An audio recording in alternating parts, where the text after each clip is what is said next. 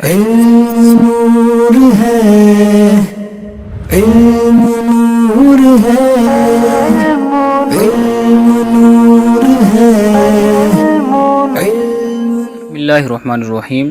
معزز سامعین و ناظرین، آج کی ویڈیو میں ہم آپ کو بتائیں گے کہ تبسم، ضحک اور قہقہہ میں کیا فرق ہے۔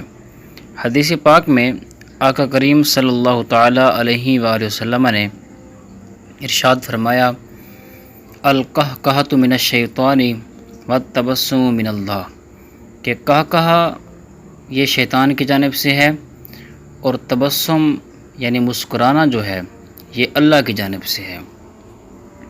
آج ہم ویڈیو میں تبسم، ضحک اور قہقہہ میں فرق معلوم کریں گے کہ ان میں فرق کیا ہے، تبسم کسے کہتے ہیں، ضحک کسے کہتے ہیں، اور قہقہہ جس کی حدیث میں مذمت بیان کی گئی ہے اس سے کیا مراد ہے۔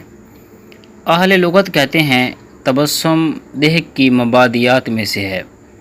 چہرے کی خوشی سے اگر دانت نظر آئیں اور دور تک آواز جائے تو وہ قہقہہ ہے، یعنی دانت بھی ظاہر ہو جائیں اور بہت دور تک آواز جائے، جیسے ہا ہا ہا ہا اس طرح کی آواز آئے تو یہ قہقہہ ہے۔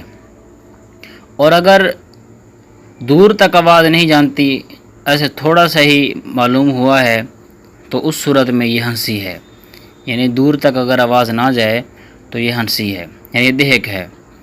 اور اگر آواز بالکل ہی نہ ہو، صرف دانت ظاہر ہوں تو پھر یہ تبسم یعنی مسکراہٹ ہے۔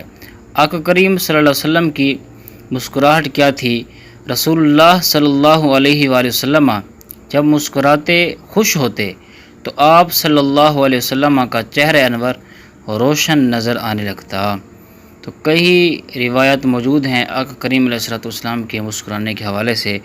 تو اللہ تعالیٰ کی بارگاہ میں دعا ہے اللہ پاک ہمیں تبسم کرنا نصیب فرمائے اور ضحک ہو ہم سے قہقہہ صادر نہ ہو کہ کہیں ہم یہ شیطانی کام میں ملوث نہ ہو جائیں۔ اللہ پاک ہمیں عمل کی توفیق عطا فرمائے۔